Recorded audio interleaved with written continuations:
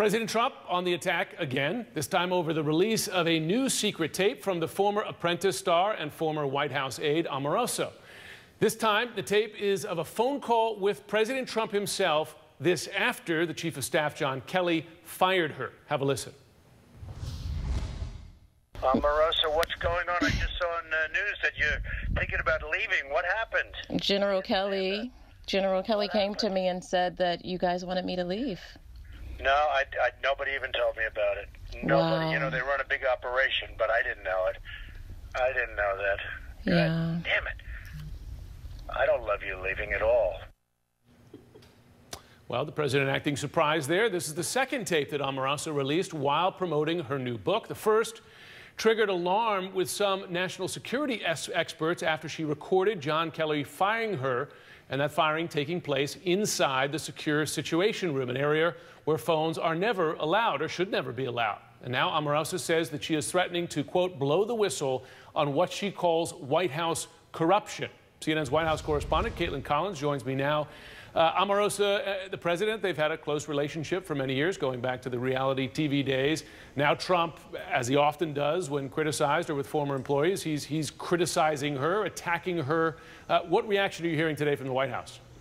Well, it's been quite the reaction. And I don't think we've seen the president react like this about a staffer leaving the White House since Steve Bannon's departure. But the president is now referring to one of his highest paid aides here in the White House as a wacky lowlife, tweeting several times about Omarosa this morning, saying that she was not liked in the White House, that she was not smart but vicious. He said he would rarely see her, but that she was constantly saying bad things, missing meetings, and that when John Kelly suggested getting rid of her, that the president asked him to try to work it out because she said nice things about him.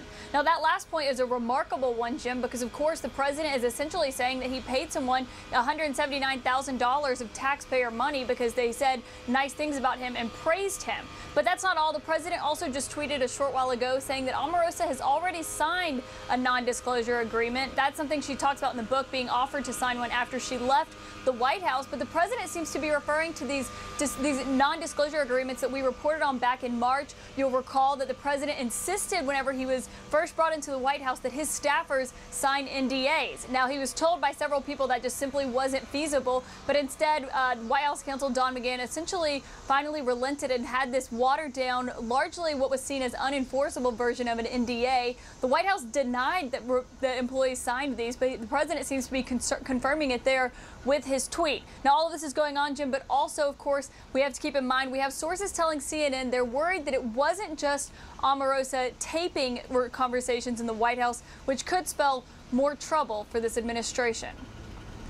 Caitlin Collins at the White House, thanks very much. Back with me now to discuss. Karen, Sean, Gloria, also joining us now is CNN political commentator, Angela Rye. Angela, I guess what strikes me about this, beyond the drama of the day, is this is a sort of typical presidential relationship here, right? So hires someone new for a long time, says that he kept her on because she said nice things about him, and then when she leaves, or he leaves, in this case she, attacks them as that I always knew she was a lowlife, etc. I mean, it's a pattern here, is it not? It's definitely a pattern. I think what's frustrating to me is I find myself having to agree with the Trump administration on something. And the one thing that I agree with them on in this case is that it is not just inappropriate, it is certainly a national security breach and a challenge to be recording anything in the Situation Room.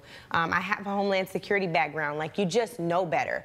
And in this instance, you regularly finding yourself on the other side of the administration saying they don't know better. And for whatever reason, whether it's lack of training or a lack of regard for the rules or regulations that exist, they don't know better.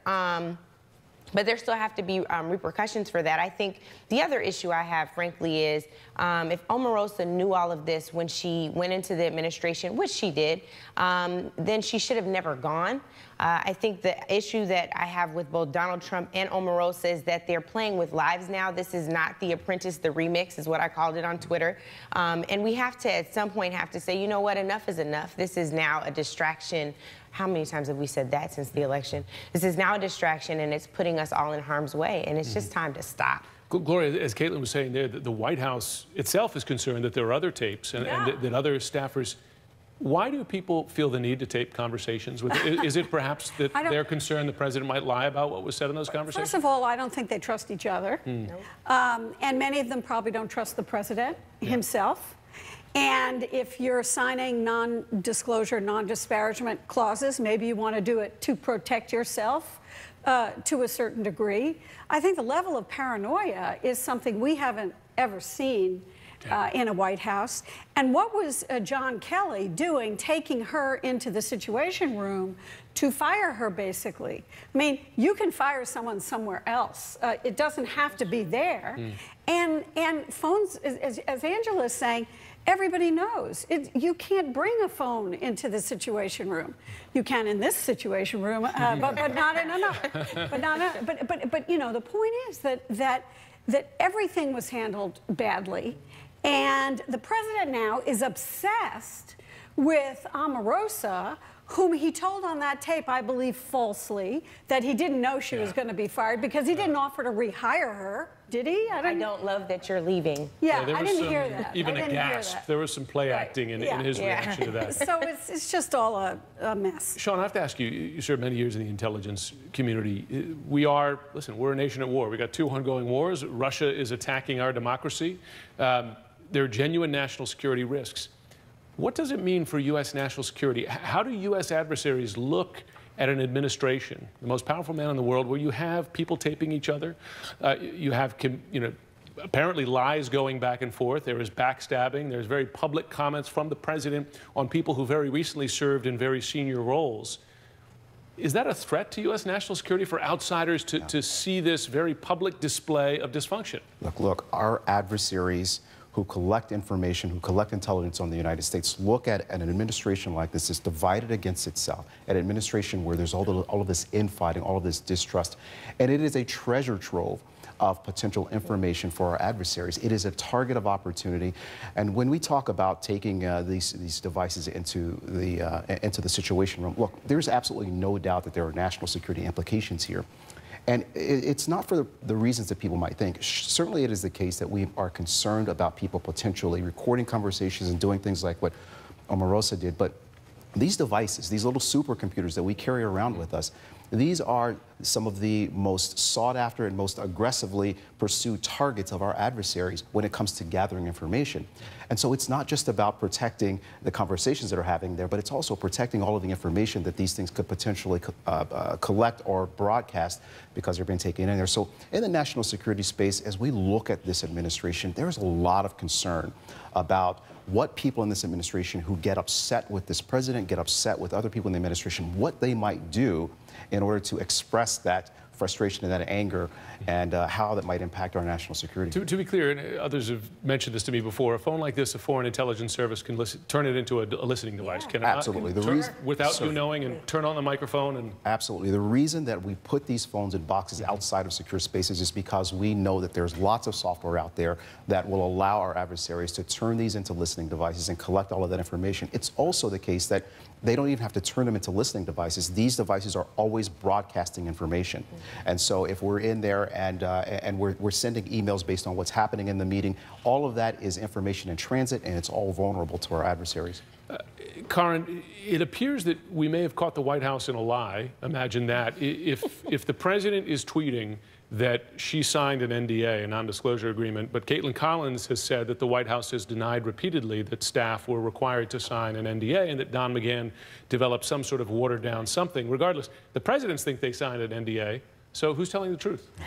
Well, I mean, if they signed a piece of paper that the president wants to call an NDA that doesn't have any legal weight, it can't really be enforced as one. I guess that's one situation in which everybody could. I mean, look, an NDA is, we've seen the president use it in his pre-presidential life. It's a very common corporate tool. It's come up with the Stormy Daniels issue. I mean, it's come up in almost every other episode, I guess, of Trump's story that precedes his time in the Oval Office. And so this could be just a knee-jerk thing that he likes to throw out there, and if his staff was placating his desire for the NDAs by kind of giving non-NDA NDAs, then that's an option of what that was there. Well, it raises the basic question: why does he feel he needs an NDA from senior staff? I want to listen, Angela, if you can, to the president's counselor Kellyanne Conway when she was asked to name a high-level African American advisor in the West Wing now that Omarosa is gone. Here's her answer. Who is the most prominent high-level advisor to the president on the West Wing staff right now? African American? Yes. I would say that, well, first of all, you're totally not covering the fact that our Secretary of Housing and Urban Development and world-renowned I'm asking you about the White House staff. I'm asking you about the people the president is with every day. Well, the president works with Secretary Carson every day. He's trying to break the back of the scourge who of there is on the White House staff right now? And we have Jerron, who's done a fabulous job. Does he have an office in the West Wing, Kellyanne? He has an office in the EOP, absolutely. The Executive Office of the President, yes. But not in the West Wing. Your reaction to that belabored answer? Yeah, belabored is nice, Jim. I don't have to be as nice as you. You know what's sad about this? I know Jerron Smith very well, and now that might hurt him at the White House, but he's someone who I respect a great deal. I hate that he's in the White House, but he does work there, and he was with the Domestic Policy Council, is now on the Legislative Affairs team. That's not a team that Donald Trump deals with on a regular basis. So I think that Kellyanne Conway stretched the truth. And I think the unfortunate reality is that there aren't a number of black folks they can name at the White House at the table because nobody wants to work for a racist president. Nobody wants that type of association in history. That is the reality of that. I have no idea why Jerron took that L. I am calling it an L. But Omarosa did it for self-serving reasons. We see it now. She's wrote a book. She taped conversations that were self-serving. This is no whistleblower, right? This is someone who recorded conversations to protect herself later because she knew it was going to be a disaster. So she liked to go around saying that people would have to bow down to Donald Trump. I guess we're starting with her. Strong words. Thanks to everyone. Angela, Karen, Gloria, Sean.